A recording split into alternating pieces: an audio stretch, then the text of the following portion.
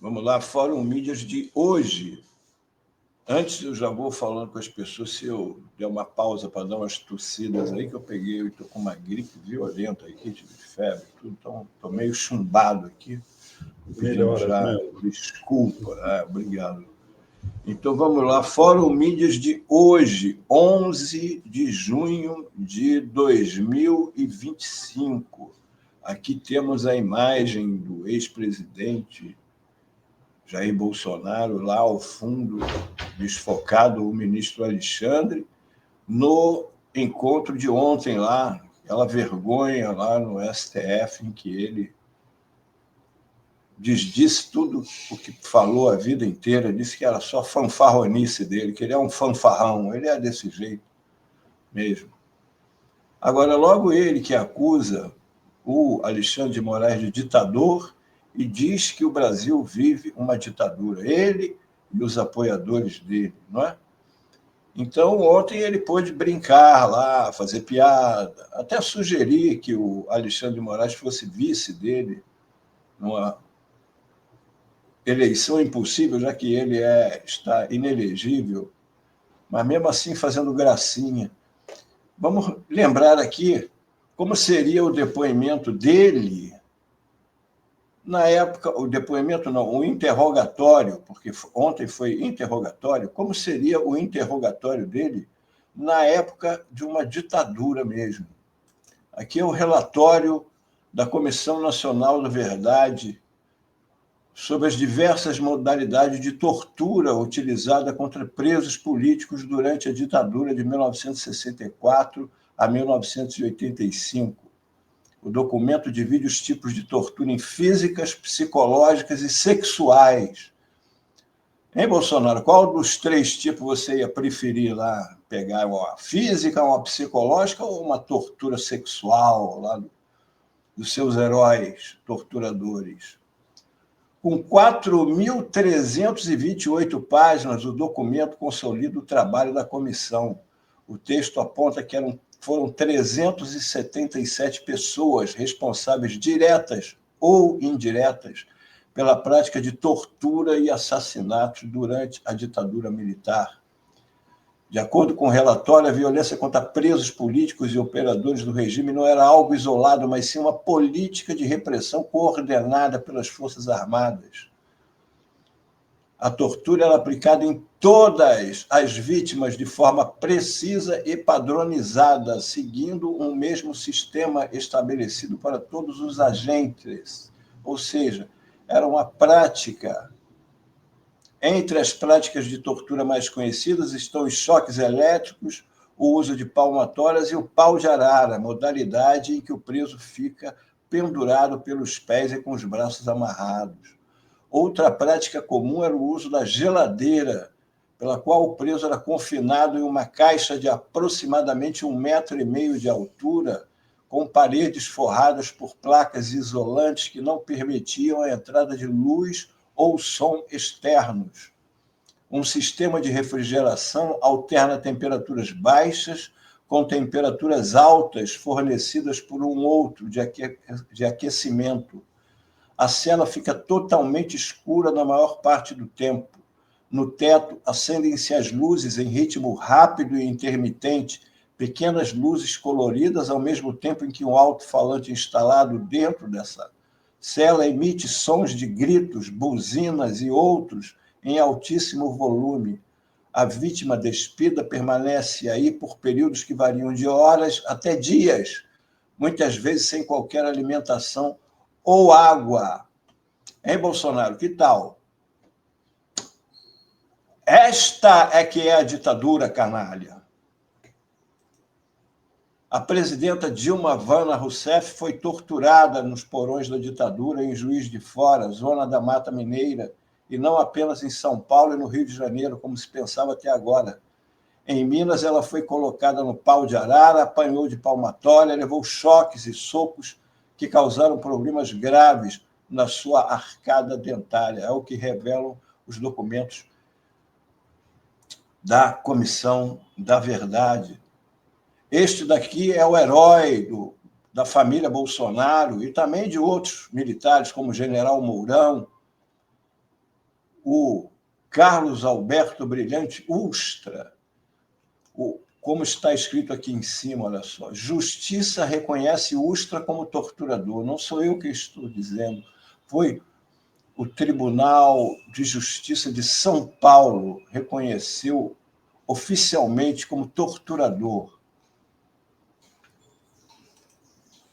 Na fase mais violenta da ditadura militar, isso aqui, o Bolsonaro e bolsonaristas, é que era uma ditadura, onde vocês iriam estar respondendo se fossem contra os ditadores de plantão.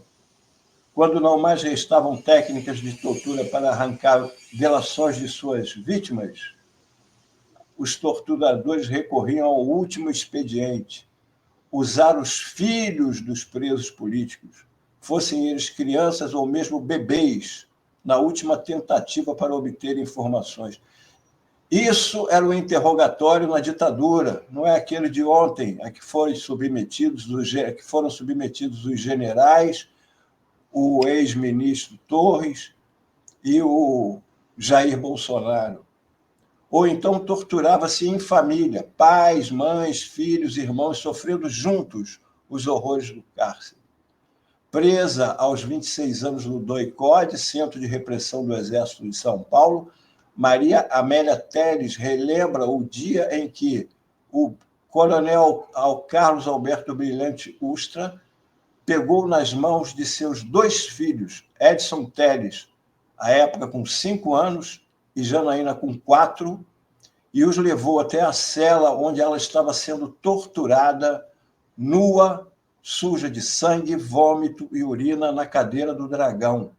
Na mesma sala estava o marido e pai das crianças, César Telles, recém-saído do estado de coma, decorrente de torturas no pau de arara. Minha filha perguntava, minha filha é Janaína, 4 anos de idade. Mãe, por que você ficou azul e o pai verde?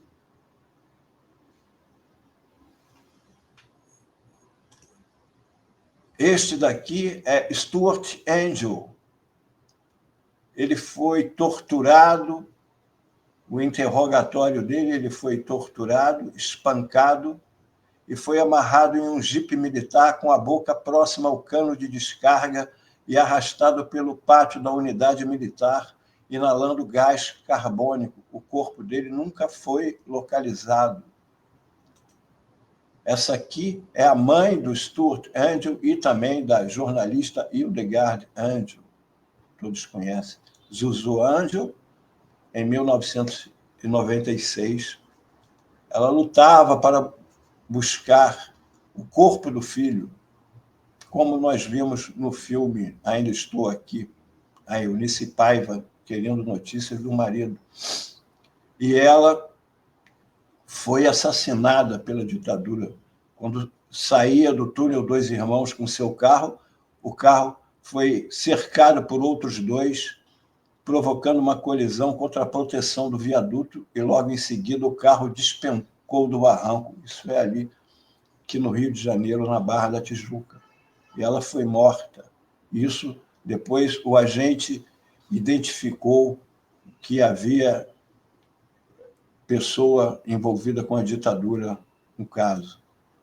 E aqui, o Rubens Paiva, que todo mundo ouviu falar por causa do filme premiado com o Oscar, que também estava sendo interrogado na ditadura, e ele foi interrogado com tanta intensidade, lá não tinha piadinha nem gracinha, que ele morreu e desapareceram com o corpo dele. Até hoje ninguém sabe onde está o corpo dele.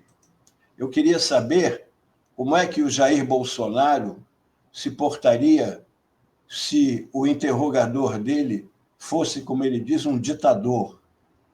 Porque se ele fosse interrogado pelo Brilhante Ustra, se ele iria fazer as gracinhas que ele fez ontem. Não é? Como é que ele iria sair de lá? Eu sei de uma pessoa como saiu de lá.